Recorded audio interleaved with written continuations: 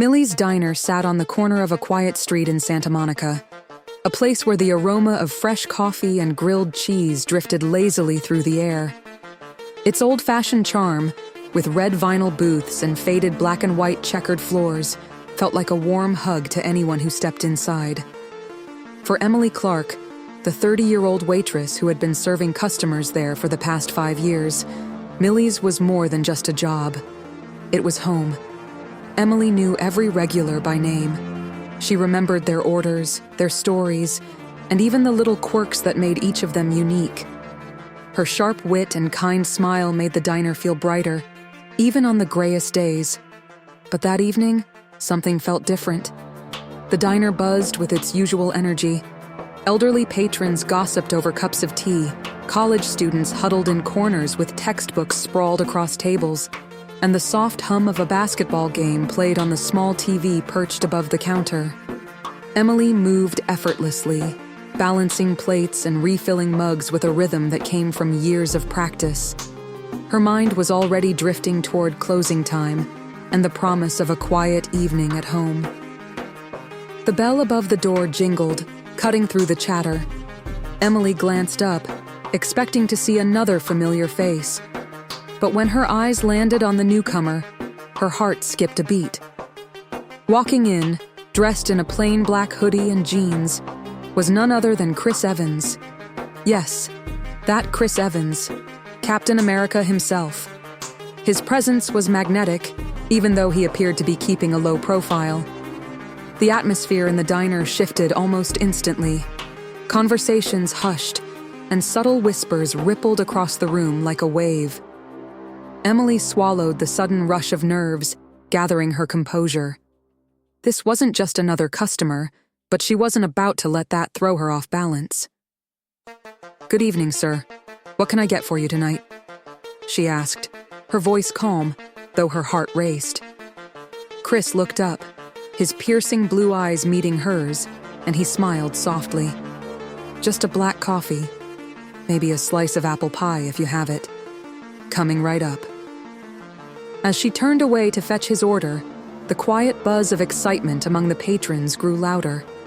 Most were starstruck, sneaking glances and whispering behind their hands. But not everyone shared in the excitement. Greg Thompson, one of the diner's more vocal regulars, narrowed his eyes at Chris. Greg was a man of strong opinions and little patience for Hollywood types. Emily tried to ignore the dark cloud that settled over his booth as she served Chris his coffee and pie. Chris thanked her, his demeanor calm and polite. But just as Emily began to think the evening would pass without incident, Greg's gravelly voice cut through the room like a knife. "Aren't you that Hollywood guy, Chris Evans?" The diner fell silent. All eyes turned toward Chris, who set down his fork and looked up with a measured expression. "Yeah, that's me." Greg crossed his arms, leaning back in his booth. "I've seen your movies. You play heroes on screen, but what do you really do for the people who need help?" The tension in the room thickened. Emily's heart pounded. She could see the flicker of discomfort in Chris's eyes, but he remained composed. "I try to give back where I can. I support charities and causes that matter to me." Greg scoffed. "Sounds like a PR stunt to me." Emily couldn't stay silent any longer. Her hands trembled slightly as she stepped forward. "That's not fair, Greg," she said firmly. "Chris Evans has done a lot for people. He's funded programs for underprivileged kids, supported veterans, and donated to hospitals. You don't know what he's done behind the scenes." Greg's eyes narrowed. "You really believe that?"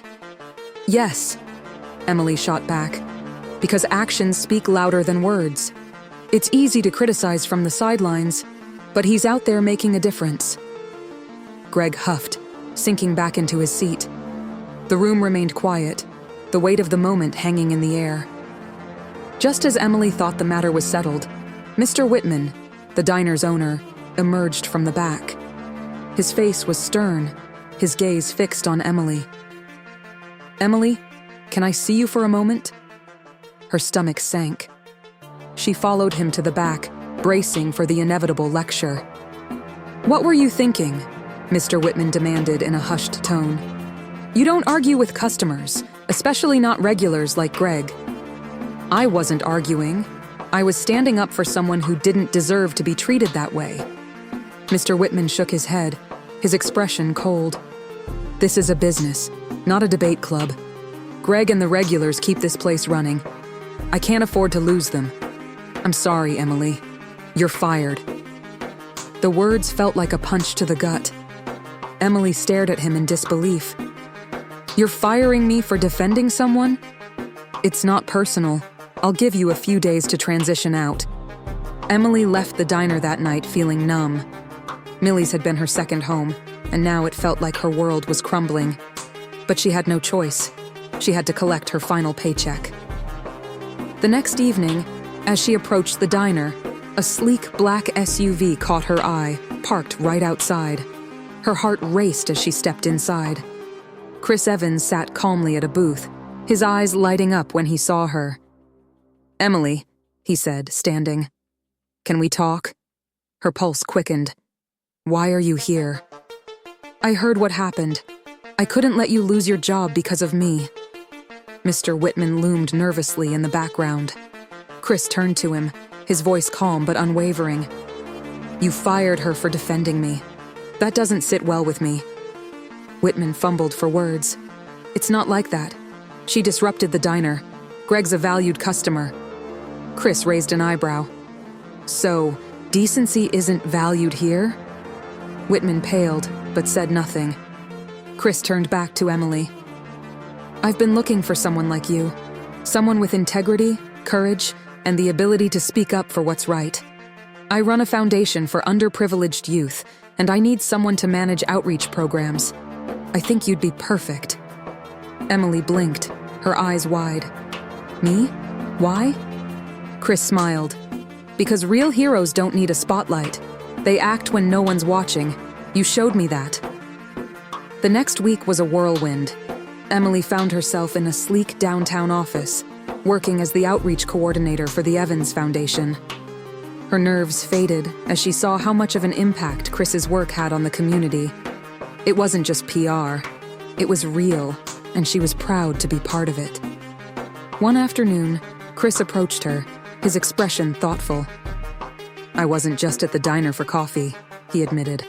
"I was scouting places to invest in. Millie's is in a struggling neighborhood, and I wanted to see if it was worth helping." Emily's eyes widened. "Are you serious?" He nodded. "Sometimes the best investments aren't in big corporations. They're in people." A month later, Millie's Diner reopened under new ownership. Chris had bought it, transforming it into a community hub. Greg was still a regular, but he had softened, humbled by the experience. As Emily stood outside the diner one evening, Chris handed her an envelope. Inside was a check large enough to pay off her student loans and secure her future. Tears welled in her eyes. "Chris, I can't accept this." He smiled. "You earned it. And this is just the beginning."